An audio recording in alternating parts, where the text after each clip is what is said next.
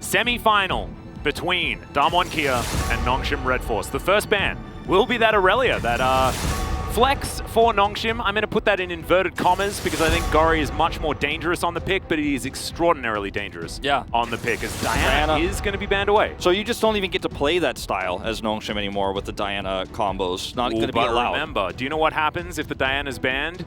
Then you get the Peanut Nidalee problem. That's right. Which certainly is extremely dangerous. However, he was using Canyon's skin. Remember, there's a certain player that really put Nidalee back on the map, and it wasn't Hotshot GG. No. He did it first. It was, in fact, Canyon with extraordinary play. I see the Aphelios ban here. I like it a lot, but I think as Nongshim, you leave the Renekton open here, you ban exactly the LeBlanc. So now, if you're going to prioritize the Renekton here as Damwon Kia, you get one solo lane where it can be counterpicked, whether it's mid or bottom, or rather mid or top, excuse me. And Nongshim have the opportunity, if you don't take the Renekton, if you want to do something like a Ryze here or a Jace, you can actually get Renekton Nidalee. So I really like this LeBlanc ban, especially here for Nongshim, because now you have this opportunity to play to your strengths in Peanuts Nidalee, and I think you absolutely have to go for this. You have to take your chance, pick this up in your first game here. Yes, you do give over the really strong Jace pick that we talked about before we head into the series, but I think it's just too big of an opportunity to pass up here for Nongshim going into the first game of a best-of-5. Yeah, I'm also kind of hoping that they flex the Renekton towards the mid lane as well, as that Nidalee is going to come through alongside the Renekton. Bit of a no-brainer here, and as far as the beginning of this draft is concerned, you could imagine both teams knew exactly what was going to come out, right? You leave Jace up, Jace will be picked. This is Khan, for goodness sake. Like, this guy invented Jace here in Korea. It's not true. You know, Smeb was definitely playing Jace way before, but still, Khan Postmodern LCK. Yeah, he's the postmodern Jace king.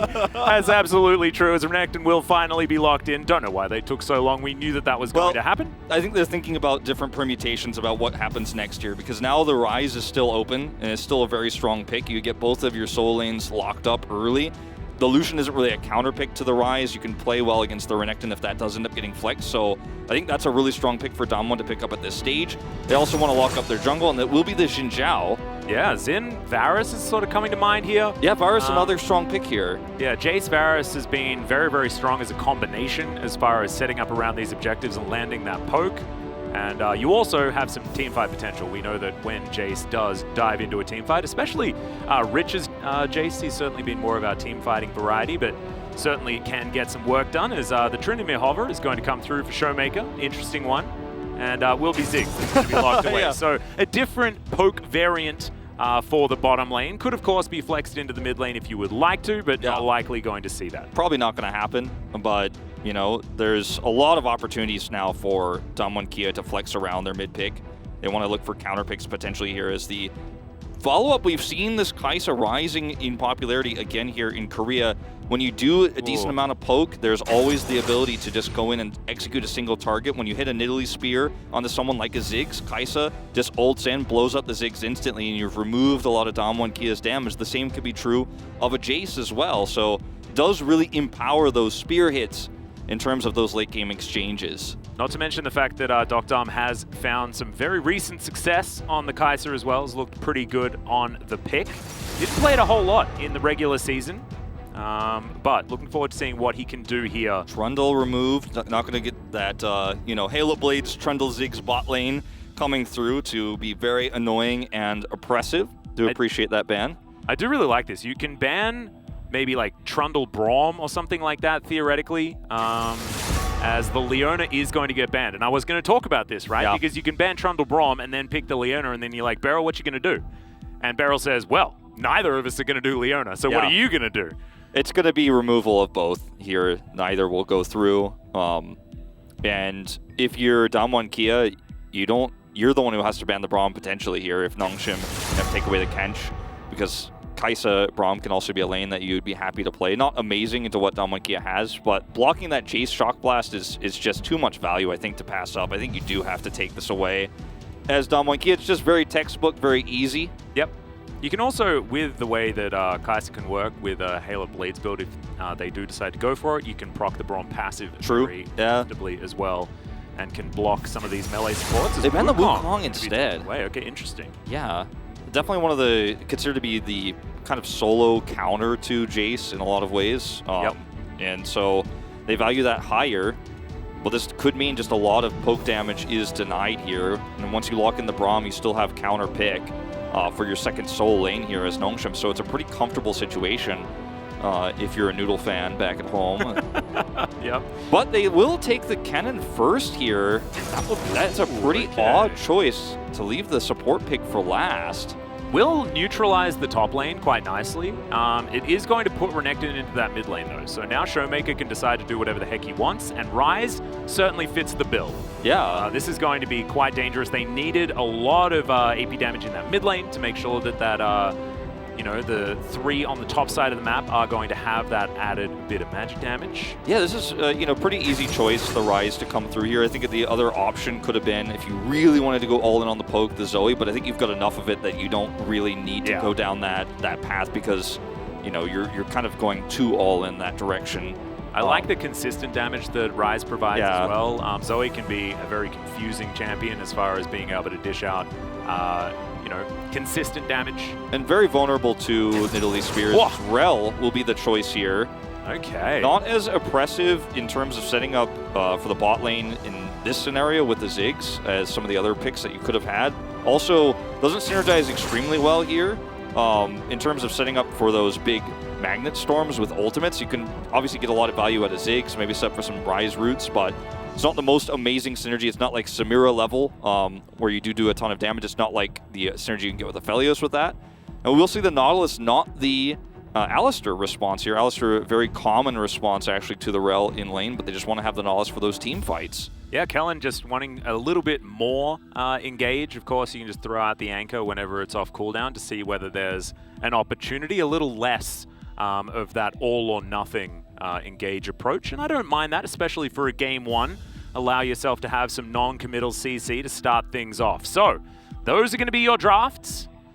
Who is going to be able to take game 1? I mean, the difference in these two drafts is pretty intense, right? Because you have a lot of consistent damage output in the late game with Damwon Kia's. Obviously the Jace poke, but you can engage in once you get that chip damage through from Ghost. You have the consistent damage that Ryze is going to offer you, and you have 2 great engage tools with the Rel and the Xin Zhao. But on the other side of things, you know, this is a composition that Nongshim can get a really nice tempo advantage with. Start to get ahead early. Peanut becomes fed. His spears become deadly. Rich has a lot of flank angles he could take. Duckdom, fantastic on the Kai'Sa. I still personally really prefer Damwon Kia's draft because I think it's just too big to fail if we go to the late game. But Nongshim, if they get a tempo advantage, this draft is still extremely powerful. I think a lot of it does hinge on the shoulders of Duckdom as well, much like a lot of the Nongshim drafts that we have seen. If this Kai'Sa hits critical mass, we've seen what Duckdom can do, right? It is absolutely terrifying, but it will require some snowball assistance. I'm expecting that Peanut is going to be playing around mid and bottom lane. The Kennen, not as reliable. Plus, you know, if you have some Merc Treads there for Khan or something like that, then things are going to be pretty comfortable up there. So I'm expecting Rich to be playing some weak side Kennen. Is a neutralizing matchup, right? Like Kennen just in general is just capable of surviving in a lot of lanes. But I think that Damwon are probably going to play through that lane. Yeah, and, try and get that Rift Herald and crash it. Exactly. I think they're definitely going to try to snowball an advantage for Khan early. I mean, this is the pick they prioritized first, and it's a matchup where if you do get ahead versus the Kennen, you can start really bullying him out of the lane, push him back. You've got kill pressure up there. So the play for Nongshim, I think, needs to be around the bottom side of the map and mid, where you can obviously catch Ryze if he is overextending and being greedy with a spear, but the bottom side of the map is where you can really start to get a nice advantage. Lowers Ziggs' snowball ability, and if you get Duckdom ahead, it's going to be massive. But I think the biggest champion who is going to want that tempo lead is going to be the Nidalee, because you get the fast Night Harvester, might even go for Dark Seal in this game eventually, and then you can really shape how pre-fight works, because yes, there is a lot of poke on Damwon Kia's side, but every player on Damwon Kia's side, if they get hit by a spear, is going to be chunked down so hard that it gives you so much more potential to fight. Slicing Maelstrom engage, stuff like that. And I think that also, like, both of these teams have compositions that can find that sort of wombo sort of engage, you know, with the Magnet Storm plus Mega Inferno Bomb certainly is one of those options. But I think Khan wants to keep Nongshim at arm's length the majority of the time, as Showmaker is going to do exactly that here with Gori, who is getting shoved out of this lane. Certainly a difficult one For anyone that's melee, you know, if you stand in a minion wave against Ryze, it just feels bad. And yeah, Showmaker hitting level 2, going to make Gory's life difficult, but the setup is still going to be there. It's always going to be there. Yeah. Two of the stats we just had up on the screen, Rich being 3-0 on the Kennen, Kellen 4-0 on this Nautilus, this Barrel 10-0 on the Rel. That was during a very dominant spring season. But we also played a couple of them in summer as well, but they were a couple of the victories, as we can see.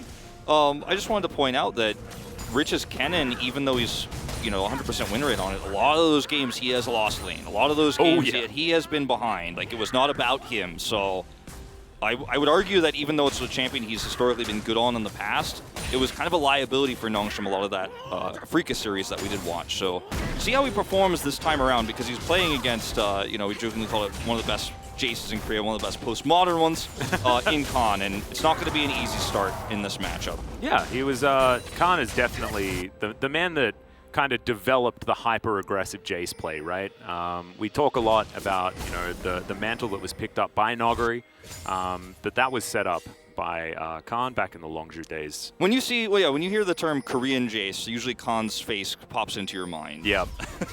Sort of like I've got Khan and Smith sort of grinning at me saying, yes, we're the ones that designed this. And Rich is, he's definitely making a name for himself on it, and he comes up in the list, but the top of the list is definitely Khan at this moment in time, as he's not going to take the long path here towards the top side of the map, but will not be able to get his Krugs.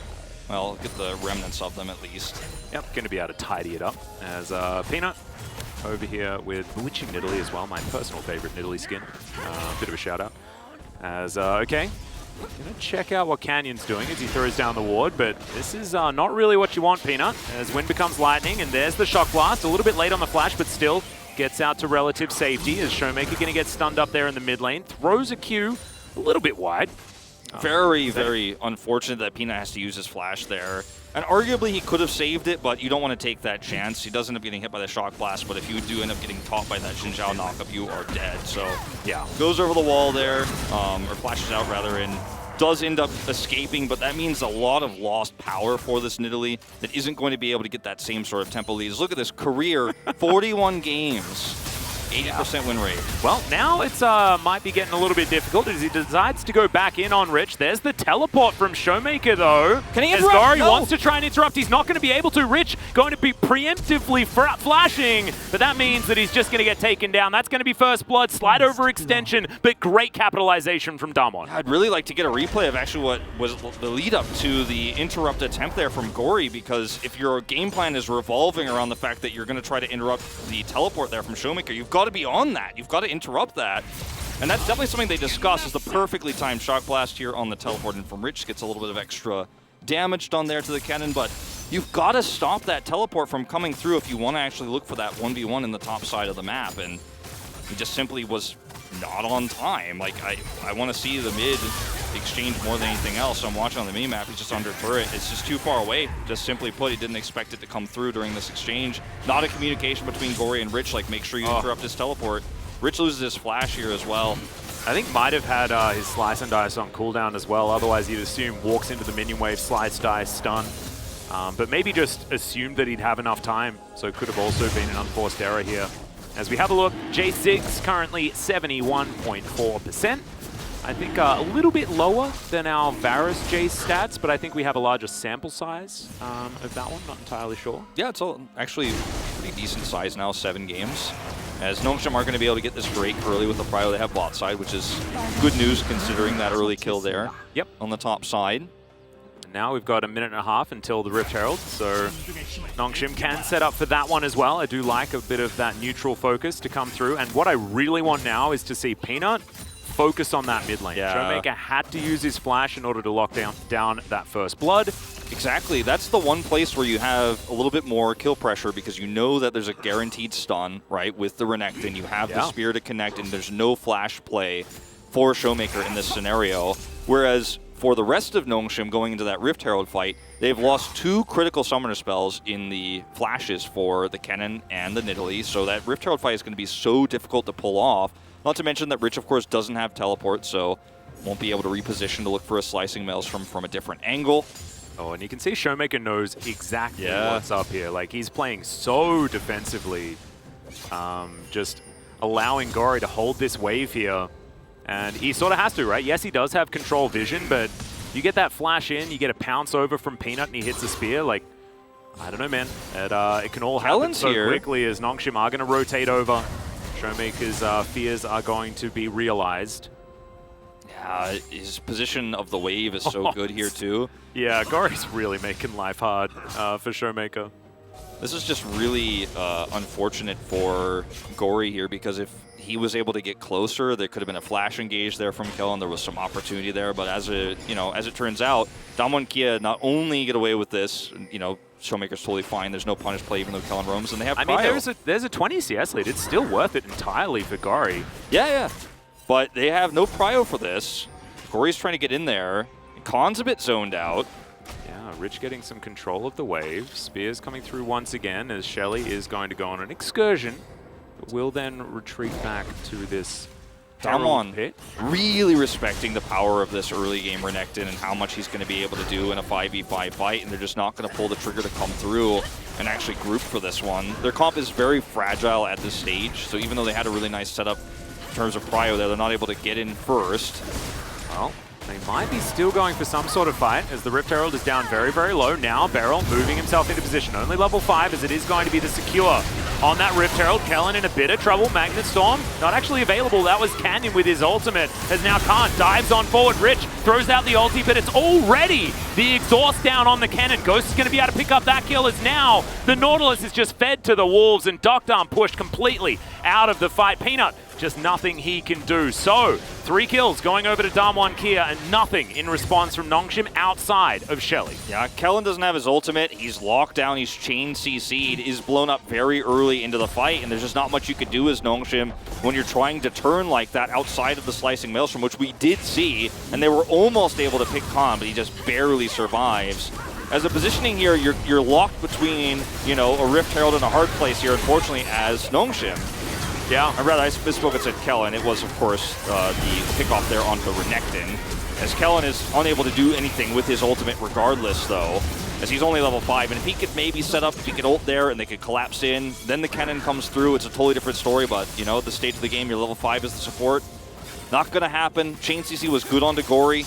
Damwon Kia, yeah, they lose out on the Rift Herald, which goes to Kellen, by the way, and pick up a ton of gold. So I think they're very happy with how the exchange goes. Yeah, and Showmaker is especially happy. He's now sitting on 3-0-1, picking up 2-0-3 in that last fight to augment his first blood that he's already picked up as Kellen.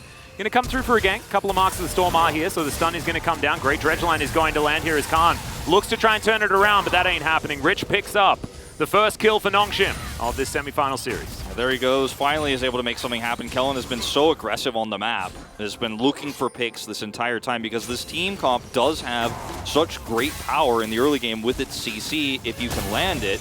So when you do set up that cannon stun, it's really easy to dredge line right afterwards and guarantee that kill. The same could be true, of course, of the Renekton stun in the mid lane. He hasn't been able to find that follow-up until finally just now. That's going to be a little bit of extra gold into Rich's pocket, and he's going to take that opportunity to reset. Wow, Ghost is pretty aggressive on this Ziggs as he's going to almost kill Doctarm, down to 150 health, and that will definitely deter him from trying to back anywhere near this outer turret bottom lane. So that was one plate already taken, but you can see how it's Ziggs. the passive really does chunk turrets. It is ridiculous. Yeah, Kellen nowhere to be found. He's on his way down, so Doctarm just has to hold on as best as he can here, and that's perfectly timed now with the Drake spawn here for Damwon Kia. Look at the positioning of Beryl. He's wrapping around. They are looking for blood. In worst case scenario, they just grab another plate here very likely with this play. And they can just back off to the dragon. This is really aggressive from Canyon, but the payoff is so huge. And there's nothing that Nongshim could realistically do right now because they have no prio mid. Gory can't come down here. He has to long walk it. Yeah, I really like the fact that they put Showmaker top lane because he can teleport to sort of just the mid lane, right? And then Realm Warp to close the gap even further, right? You don't need to have a water position as we've got a gank. This is what the Renekton Nidalee can do. The Jace, absolutely nothing he can do to respond as now a Slicing Maelstrom comes in. Another decent exhaust but he's not tired enough as they do manage to get one. There's the knock up onto Gory, but he turns it onto the Xin Zhao, and Nongshim have found their way back. And this is going to be Rift Herald getting tossed down in the mid. That's going to be a ton of extra plate gold. They also did not get the Drake, so that's a Drake available here for Nongshim to take as well after this with the extra fire they're going to get. And Nongshim just loves playing these wombo combos. They punish the fact that Damwon Kia are trying to be both on Drake and, of course, around that mid lane. Then Rich's teleport comes back online. Ghost. Yeah, he's going to be able to get that fadeaway. Yeah, he's got his satchel, he'll be fine. But this is another style of team comp where you have so much blow-up potential. I'm going to watch this one out from Rich's perspective. Yeah. And he flashes to get the stun, and then Kellen follows up. Come on, ready. Okay. So he's like making sure he gets the kill. He's like, I got to get this kill.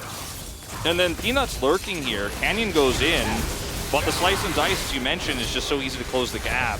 And Barrel is so far away. When he does finally attract repel, it's too late. Gory is so healthy. Not to mention the fact that Showmaker teleports in to die. Yeah, that's just a giveaway kill.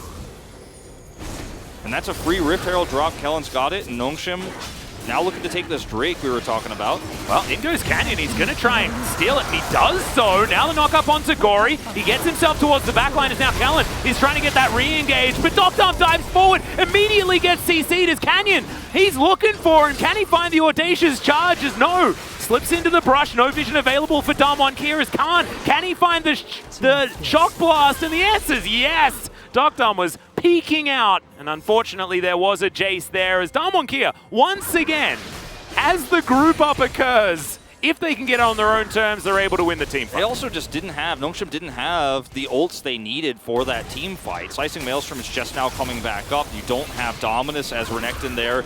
And they had a pretty thin window to pull off that Drake take, and Damwon Kia know that. They come in, they're ready for the punish. Canyon can get over the wall, and they get the steal and win the ensuing fight. And this is just a great way as Damwon to punish a risky play, is just walk forward, walk towards them. They don't have those critical ultimates they need to team fight in this early game because they use them in that mid fight. Yeah.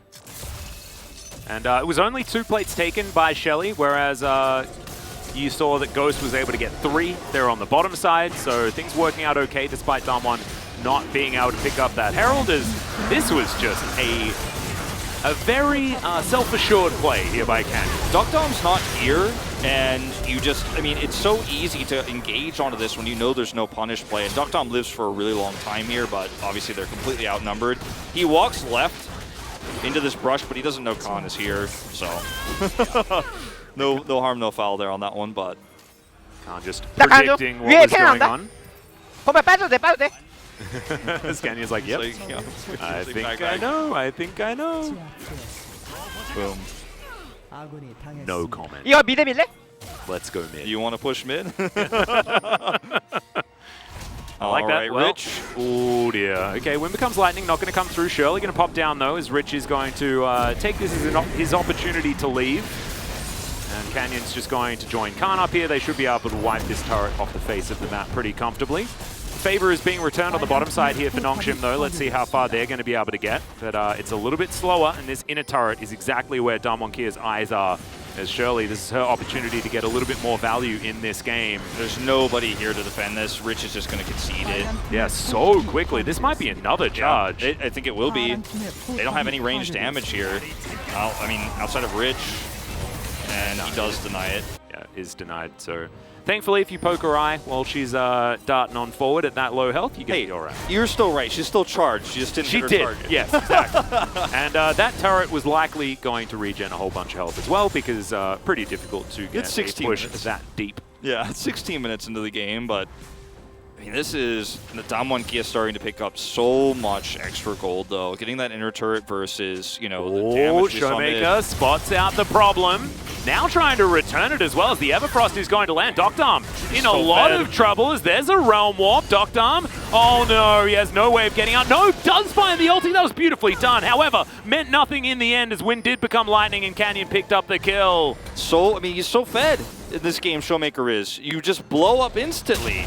I loved waiting for the killer instinct though afterwards. That was actually a really clever idea, but just wasn't enough as the response came through. Now, I mean, Damwon and Kia have so much control over the map, and Duckdom being dead now twice in this game means he's missing out on so much critical farm for the Kai'Sa to still be relevant heading into this mid game, where Ghost is well and truly online, right? Showmaker, we can't even express through the English language how yeah. good he is right now in terms of where his gold's at. Jace is fed as well at this point, and you're really starting to worry about being able to take objectives now at this point, because Peanut is 1-1-3, not where he wants to be, and this composition is so reliant on hitting those spears. As we watch this from Showmaker's perspective, Sweeper sees it, calls it out. He's like, I'm fighting, drops the Everfrost, and Canyon's here, so he's like, I'm ulting. Let's go. And yes, he does, of course, hold that and get out of there, but dies regardless. Yeah, get the vision over, and because he landed the Wind Becomes Lightning, the extended range on Audacious Charge, going to be enough to get there, but it was almost a great escape from Duckdom. Yeah, it's just really unfortunate here that Nongshim don't have great ways to get back in this game. They don't have side lane control. You know, they don't have a fed Peanut who can start threatening people right now. He just has to kind of keep farming so that he can hope to be relevant later. But the fact of the matter is, Damwon Kia's comp is so easy to execute as well from ahead with the vision control that they now have and are now perpetuating across the map. Yeah. Think about how many Mega Inferno bombs there are going to be with this beautiful, glorious Cloud Soul. It's an Atlas semifinal cast, you know. Yeah. It's just what's going to happen. We get guaranteed the best Dragon Soul in the game. Yeah, and it's pretty fantastic for the Ziggs. It's going to be pretty good for, I guess, you know, some of the other champions, but not as much. Not think about all of the transforming Jace can do. Yeah, let's go. Khan's going to be zooming. Yeah, and Showmaker, he's just going to be teleporting everywhere. It's like an episode of Futurama over here. Absolutely fantastic. Love it. It is actually really important for Nongshim's comp, I would argue, more so if they were able to get it. But it's not looking great for their chance at this moment in time.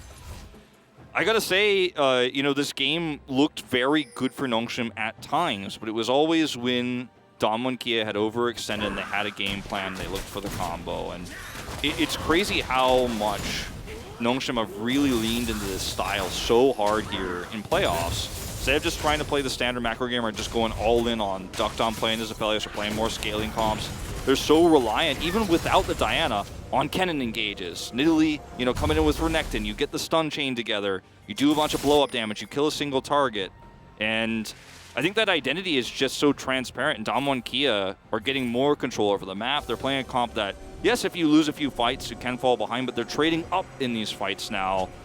And this is what I'm worried about. This is part of my 3-1 prediction is, yes, I think there will be one game Nongshim steal away, but we're already seeing this in game one is which team is playing more standard? The defending world champions. Which team has a huge lead in this game and is going towards a late game where their comp is better? It's the defending world champions in Damwon Kia. And we'll see if the draft changes and evolves for Nongshim. And this game is not over yet by any means, but it's at a very, very tough crossroads for Nongshim. Yeah, I'm a little bit worried because I think that the draft can work in what, you know, the sort of counter to what Damwon is, which is creating that chaos and then living in it. But Nongshim made, like, what, one play with the Nidalee Renekton in the mid lane? It was successful. It was a great play. It worked really well. However, it's been 20 minutes. Yeah. And we've seen one. That's the problem. We need to see more of that. We needed to see a little bit more chaos and craziness to come through. And we know that this team is capable of it, but Peanut has been playing this Diana playstyle for so long and is now doing the same thing here with this Nidalee. And yes, it can work in some team compositions, but in this one, you know, when you're flanked by the Renekton that does want to be able to have agency early, it doesn't really work out as, okay, Damwon Kia just going to start off Baron. I mean, they have so much vision control right now. This is a, you know, ward that's disabled, of course, or rather a trap here in the brush. That was a ward for a second. Well, so vision going to be given over, but as you can see, Peanut is nowhere near this pit. Yeah, Damwon Kia know it. Yeah, they're just going to burst it down very comfortably. Damwon Kia just walk in, grab themselves a Baron, and Canyon's not going to be able to make it to the Realm Warp. However, he's happy to stick around here as the rest of the team are just blocking the escape. There's the ulti Canyon, trying to get Gori into the rest of his team. Maybe not exactly what they wanted, as Ghost doesn't have the ultimate, remember. Good exhaust onto Rich in the backline, and Ghost trying to stand his ground as Peanut is going to get taken out. Gori flashing forward, trying to get a kill, and will be able to lock down the Rise as now Nongshim, there's only one Baron left remaining. Can they take it? And yes, it's an ace from Nongshim as the Noodles wake up. I mean, Damwon Kia really tried to force that fight, and the idea is a good one. You have the engage coming through from Canyon, which splits the front line there away from Duckdom, which is where Showmaker was flanking to try to blow him up, but Duckdom lived so long, and Gory got an insane amount of value in this fight. Between his damage, his dominance, like, he was just untouchable. He was untouched, rather. And yes, Nongshim coming to this fight with no ability to shut down the Baron. So you get the Baron buff here, and then you decide to just go Hail Mary. The flank here from Showmaker is amazing because he's looking to zone out Duckdom. Canyon says, okay, I'm going in, kill Duckdom, and we win this fight through a war of attrition because we have so much damage. But look at where Gory is. He zones out Khan, and then suddenly, unfortunately, Damwon Kia on the wrong side of this team fight. This is the kind of comp that Nongshim wants to walk towards. It struggles to sometimes close the gap. You close the gap for them, and it's a very, very awkward one here. And now Nongshim shore up a ton of that gold, do, of course, completely eliminate the Baron buff from the map, as you pointed out. Yeah, and this is one way back foul to the play game. available whatsoever.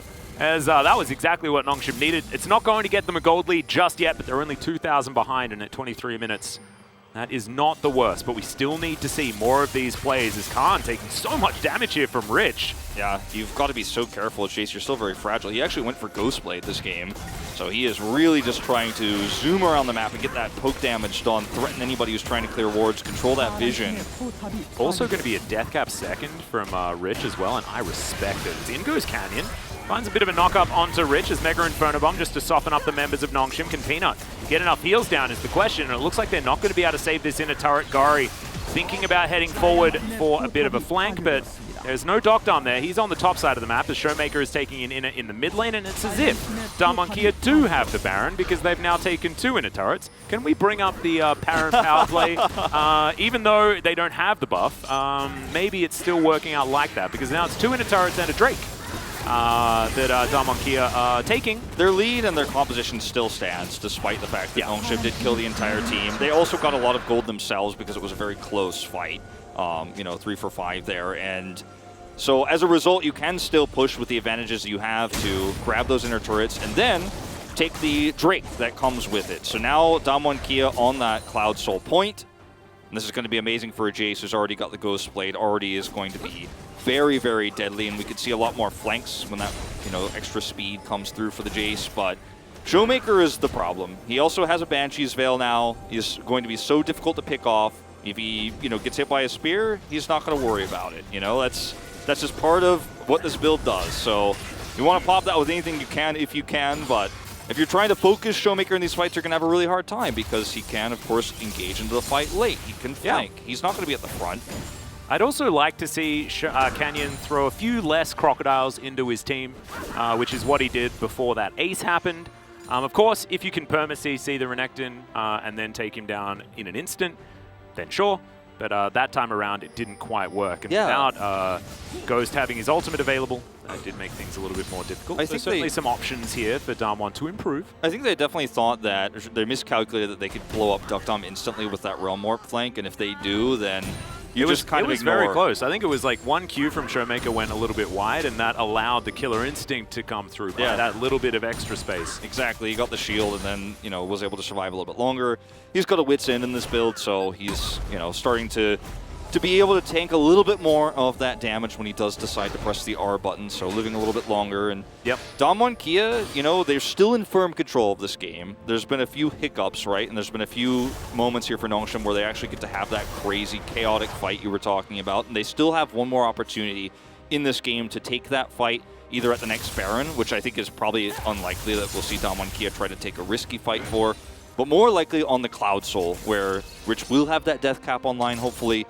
And you can look for that big fight at the later part of the game to start taking all the extra available gold that's up, because 3 inner turrets are still available for Damwon Kia, for Nongshim to take from Damwon Kia, get all that extra money, and come back into this game. But if they don't win that next fight, it is pretty much over, right? So they've got one more big chance. There's the death cap purchase for Rich. Ooh, this is big. There is the exhaust still available for Beryl, so he will have to play around that one. And the problem for me is, like, even if you exhaust him, like now with this build, it's a lot of extra damage that the cannon will have available to him. So vision being cleared around this Baron pit, and with all of the inner turrets down, means that it's so difficult for Nongshim to find themselves a safe way to get towards this Baron.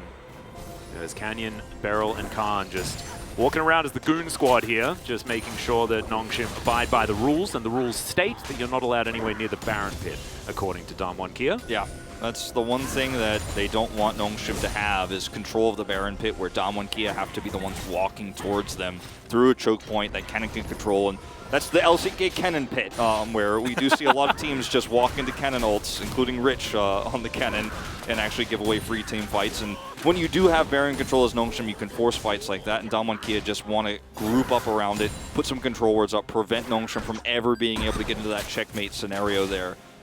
And that's why the group stands here like this for the next minute and a half. Yeah. They do have vision control themselves, but not enough control and not enough knowledge on the red side of the map to actually start this or do anything crazy like they did before. I'd really like to see some priority put on the Cloud Soul. It's just going to have a lot of value for Damwon.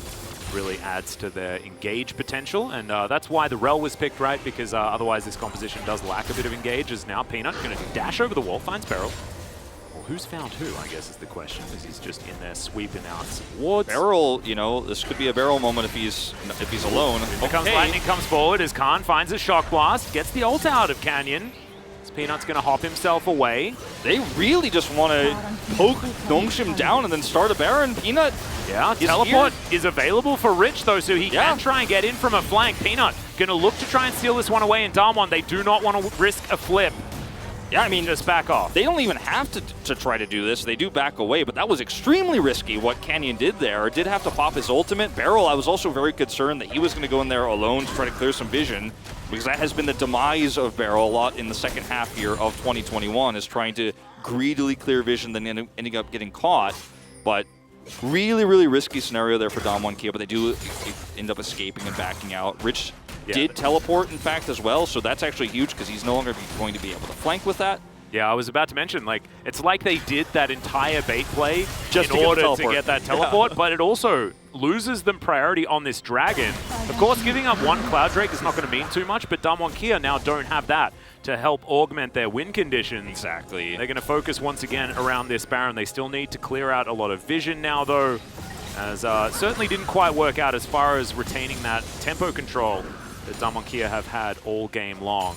And, you know, in this game, Peanut is going to get stronger as time goes on. Nongshim buying a lot of time with this Drake, and his damage is going to get higher and higher as they start this once again. Yeah, fair bit of damage potential, especially with Showmaker and Ghost here, just to throw volley after volley at this Baron. As in goes Callan, looks for a little bit, is now Depth Charge going to land onto Khan. Doesn't knock up anyone else, as the crash down from Beryl is going to get him to relative safety. Void Seeker not going to find anything, neither will the Spear, as Damwon Kia still looking now for a bit of a reset. Nongshim once again with some control around the Baron pit, as Gori had precast the ultimate. Yeah, he didn't get any value. No vision to chase anybody down and try to collapse in.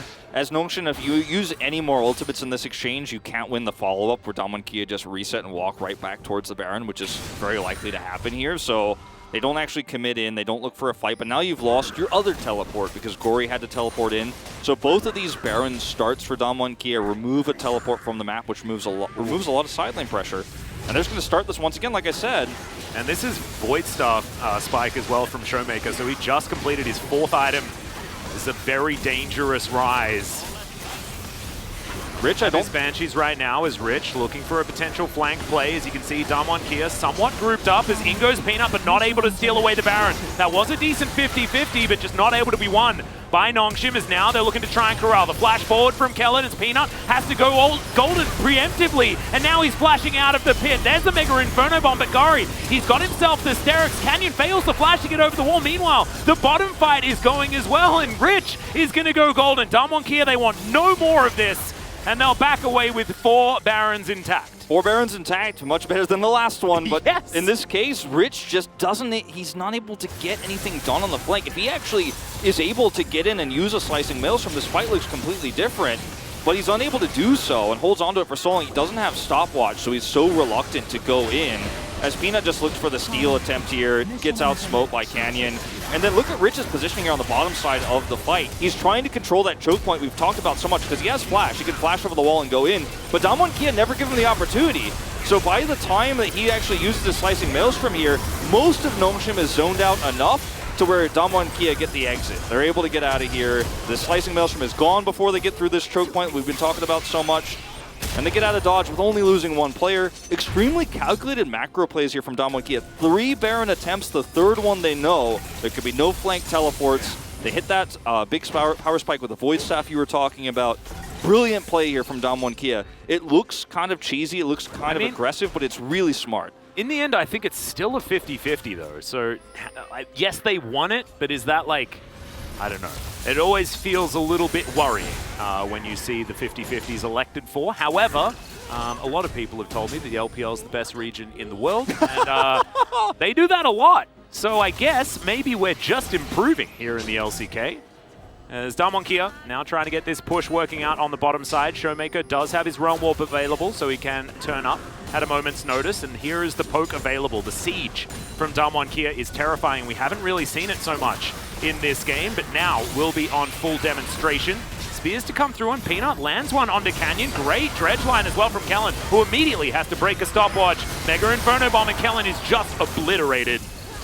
And so much good frontlining here from Canyon, who now has a GA too, so there's just really no risk involved. He soaks up so much damage, and then Damwon and Kia pounce. And they could do so from such long range. Now they could just siege up this inhibitor turret. They've got the Baron buff. This is so difficult to play as Nongshim. You don't have any flank angles, you don't have any opportunities here. Yeah, and 4v5, they just can't do it. So Damwon and Kia, they just get themselves together. It's just the well-oiled machine walking through with 5 legs. And just going to look to try and smash down some Nexus turrets now. We've got 7 seconds on Kellen, but the Nexus turret will go down, and they're avoiding the spears. They're avoiding any sort of engage potential, as Rich doesn't have flash, so the cannon can't really get in. It's like, yes, he can dash cannon, but that's about it. And now looking for a potential flank. Kellen's going to come up once again, but immediately goes back to the death chamber. Just really like the black and white screen. As Gory now in trouble. Peanut going to go golden in the middle of the fight. As you can see, Canyon ignoring the slicing Maelstrom, and Damwon and Kia still looking for more. Ghost has a lot of damage available, but it's a 3v3 as Doctom will be taken down. It's a triple kill for Canyon. Oh my goodness, Nongshim, they just didn't quite have it at the end there, and yes, they will be able to push them out of the base, but at what cost? It looks like this will be. It's another inhibitor turret as well. It's another inhibitor turret. It's guaranteed Cloud Soul here. And I mean, you do see a teleport drop down for Gory. He's going to try to flank here, but now they're just going to collapse onto Peanut. They're looking for it. This is actually somewhat dangerous, as there's some low health bars, and Gory has a lot of AoE. Peanut looking to try and get some spears to land, but with no vision, the face check is too dangerous. Well, it does prevent them from doing the Drake for the time being here as well. Nongshim do have the Kellen defense at home for a moment, and they're just going to start this. Yeah, well, the teleport immediately from Khan as soon as he comes out. 1 second, and Showmaker is going to join him, as Canyon is going to be able to come through. Can he win another fight is the question. The answer is absolutely, as it's even Ghost that picks that one up. And here is the Cloud Soul, as whenever you press R, you're going to be running straight towards that last remaining Nexus turret. As, oh no, Gory's not going to be able to make it. As the Realm Warp is going to be used just for the fun of it. Well, that just made sure that there was nowhere that Gory was going to be able to go. Crash down, avoided completely, as now Canyon dives on top of Kellen, but he dredge lines himself away. Doctom's still pretty healthy here, but they still want to try and take him out. Rich in trouble, goes golden and throws down the ultimate as well, but Kellen is the one that's going to be taken out. Khan diving on forward, finds the cannon, but he's got a GA. Goes with no mana, but still going to be able to get it. The 1-2 punch of the satchel into the auto, and the Nexus will go down. Damwon and Kia eventually take this game, and yes, they had a lot of control, but Nongshim